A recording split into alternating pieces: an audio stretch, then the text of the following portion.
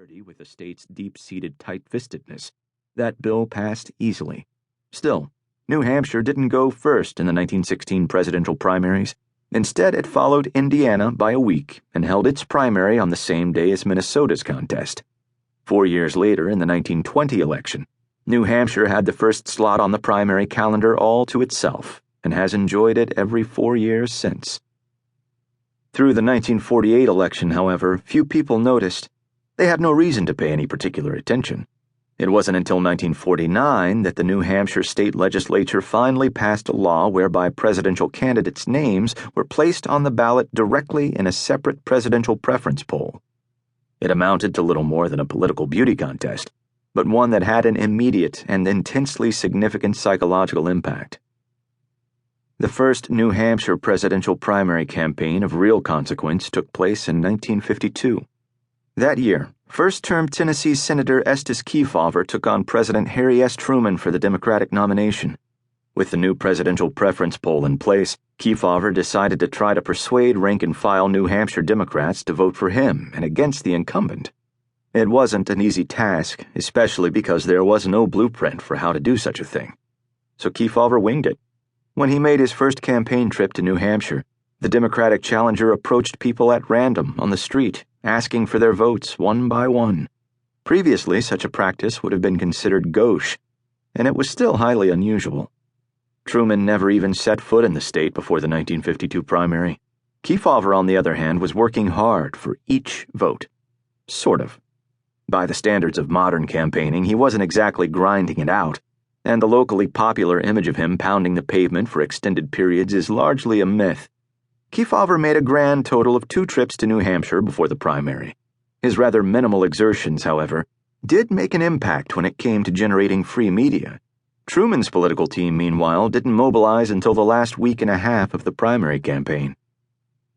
As the president dallied, Kefauver showed off a hint of the showmanship that would presage some of the more theatrical performances of candidates in later decades. His signature accessory was a coonskin cap, which he wore while traveling around to campaign events, sometimes by dog sled. It was pure shtick. The man was a Yale-educated lawyer trying to present himself as a maple syrup-swilling Davy Crockett. But the act worked. Kefauver defeated Truman by 11 points, an astounding whack at a sitting president from voters of his own party. In spite of the new preference poll, however, the primaries still held relatively little sway over who ultimately became the nominee at the convention. As such, his New Hampshire defeat wasn't necessarily a fatal blow to Truman. Far from it. It was, however, a psychological walloping, and the president had gotten the message. Less than 3 weeks after the shocking primary results, Truman announced that he would not seek a second full term in the White House. Although the question of whether he had already largely settled on bowing out of the 1952 campaign remains a matter of some dispute, what's certain is that from that point forward, the New Hampshire primary acquired the slightly sinister reputation as a potential graveyard for the ambitions of lackluster presidential frontrunners. Over the next couple of decades, the event ascended in the national political power structure, but until 1968, competing in the New Hampshire primary remained optional for most presidential candidates, and little more than an opportunity to gain some attention for others.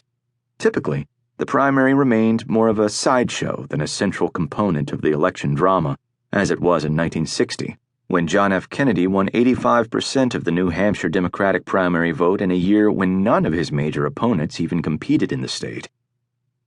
It wasn't until 8 years later that the New Hampshire primary began to solidify its reputation as the inflamed appendix of presidential frontrunners, who time and again dismissed its rumblings at their own peril. When he entered the Democratic primary race in November 1967 to challenge incumbent President Lyndon Johnson, Minnesota Senator Eugene McCarthy did not circle New Hampshire on his initial list of primary targets.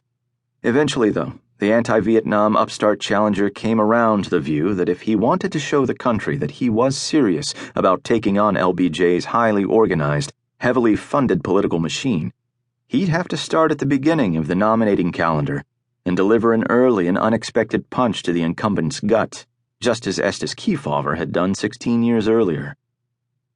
McCarthy's greatest advantage was his core of young, passionate supporters who were energized by the candidate's call for a U.S. troop withdrawal.